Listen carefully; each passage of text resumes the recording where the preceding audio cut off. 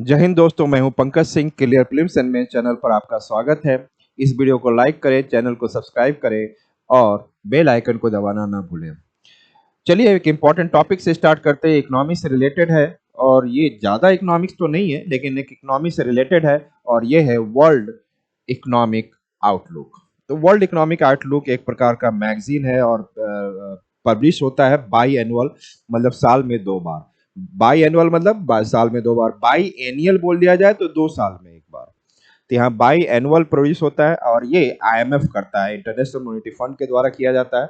और यहाँ पर स्पेशली जो बात की जाएगी कि किस प्रकार से वर्ल्ड का ग्रोथ क्या हो रहा है अभी, और उसमें इंडिया का ग्रोथ क्या है, कुछ चाइना का ग्रोथ क्या है, आसपास के जो ग्रोथ को लेकर देखा जा रहा है उसकी बात कर रहे हैं। यूएसए का क्या ग्रोथ है। तो अब देखते हैं why it is in the news, ये न्यूज में क्यों है। तो देखते हैं।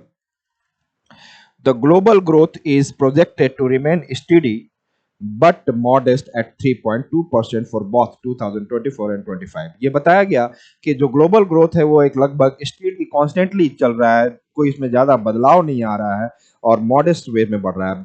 कांस्टेंट है लेकिन वो ज्यादा नहीं है, मतलब मॉडेस्ट वे में जा रहा है 3.2%। और 2024 और 25 में भी यही वर्ल्ड का ग्लोबल ग्रोथ रहेगा। तो according to the latest report from the IMF World Economic Outlook, ये बताया गया है। ठीक है, अब हम देखते हैं कि what is world Economic outlook क्या है। WEO, it is a detailed report released by annually by the international monetary fund. ये आईएमएफ के द्वारा साल में 2 बार, अप्रैल और अक्टूबर में ये रिलीज किया जाता है। Typically published in April and October, with update जो मिल जाता है, अप्रैल वाला जुलाई में मिल जाएगा, अक्टूबर वाला जनवरी में मिल जाता है उसका update. It includes IMF estimate and forecast related to global output growth and inflation. ये इंक्लूड करता है, आईएमएफ अपने एस्टिमेट में और फोरकास्ट करता है कि ग्लोबल आउटपुट ग्रोथ क्या होगा और ग्लोबल लेवल पर इन्फ्लेशन क्या होगा। इन्फ्लेशन आप जानते हैं कि जब मनी की वैल्यू कम होती है और प्रोडक्ट की वैल्यू बढ़ने लग जाती है, उसको इन्फ्लेशन कहते हैं इन शॉर्ट टर्म में जानेंगे तो। And it covers real gross domestic product, GDP growth को देखता है। ये जो रियल होता है कंज्यूमर प्राइसेस, वहां पर प्रोडक्ट का प्राइसेस हर जगह पर क्या है जो कि इन्फ्लेशन के द्वारा मिलता है। और करेंट अकाउंट बैलेंस क्या है। करेंट अकाउंट बैलेंस का मतलब होता है किसी तरह भी आप इंडिया का चारों तरफ बॉर्डर देख लें, इस बॉर्डर से बाहर क्या क्या जा रहा है और बाहर से क्या क्या अंदर आ रहा है। तो सिंपल सी चीज है कि यदि मैं एक इंडिया का मैप बनाऊं,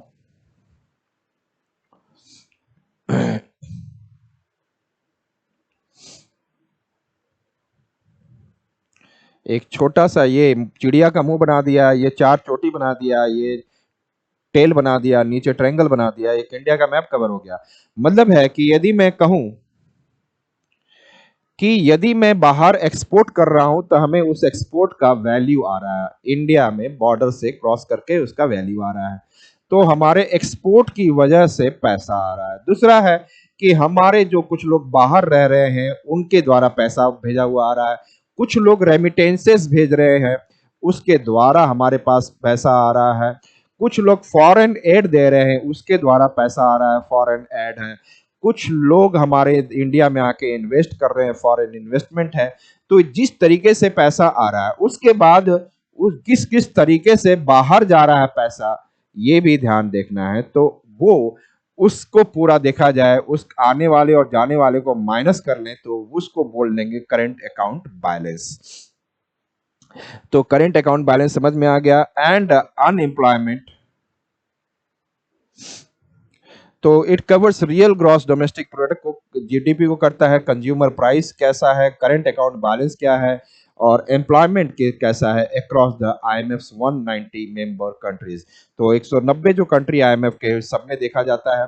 and categorized by region and development, तो ये सब कौन कौन से रीजन में कहाँ कैसा डेवलपमेंट स्टेटस है वो सब कैटेगराइज करके देखा जाता है। features several chapters focusing on urgent economic issues, और ये फीचर करता रहता है कि सेवरल चैप्टर्स बनाए जाते हैं अलग अलग और अर्जेंट इकोनॉमिक इश्यूज के बारे में इस वर्ल्ड इकोनॉमिक आउटलुक में दिया रहता है।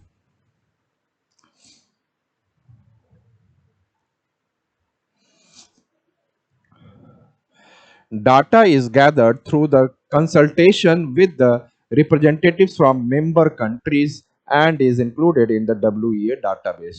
तो हर एक मेंबर कंट्रीज में इनके कुछ रिप्रेजेंटेटिव होते हैं, वो रिप्रेजेंटेटिव वो डाटा देते हैं आईएमएफ को, और आईएमएफ में WEA वर्ल्ड इकोनॉमिक आउटलुक में डाटा को इंक्लूड कर लेता है. The highlights of the recent report, अभी जो रिसेंट रिपोर्ट अक्टूबर में आया है उसका हाईलाइट क्या है? इंपॉर्टेंट बात, the global growth forecast stand at 2% for both 2024 and 25. तो ग्लोबल ग्रोथ जो sorry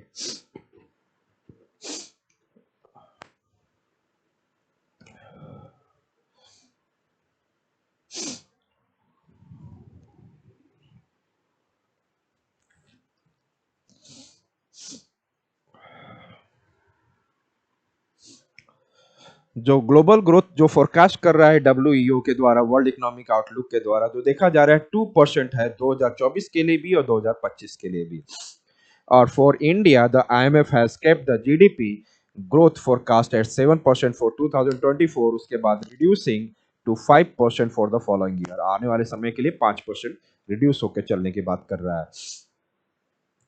The decline in growth is attributed to the depletion of pent-up demand that builds up during the pandemic. तो pent-up demand का मतलब है कि आप demand बढ़ा रहे हैं और सप्लाई को इनवाइट कर रहे हैं, इससे ग्रोथ बढ़ेगा. लेकिन पैंडेमिक, अभी जो कोविड का पैंडेमिक हुआ था, इससे लोगों का जो पेंटअप डिमांड है for the product different goods के लिए, वो डिप्लीट हो गया है. इसी कारण से वर्ल्ड में जो जीडीपी की ग्रोथ है वो आपको डाउन जाता हुआ दिख रहा है. The United states being the largest global economy is expected to grow at 2.8% in 2024 and 2.2% in 2025. इनकी जो ग्रोथ है लगभग ये यूनाइटेड स्टेट्स का बता रहा है. And China's economy is forecasted to grow at 4.8% in 2024 and 4.5% in the 2025.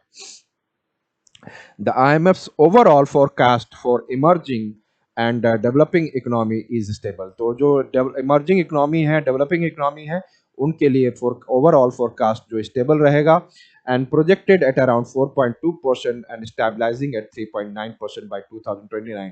तो जो global world में जो economy है different developing country है, वहाँ पे 4.2% रहेगा और 2029 तक 3.9% के आसपास तक GDP growth दिखेगा.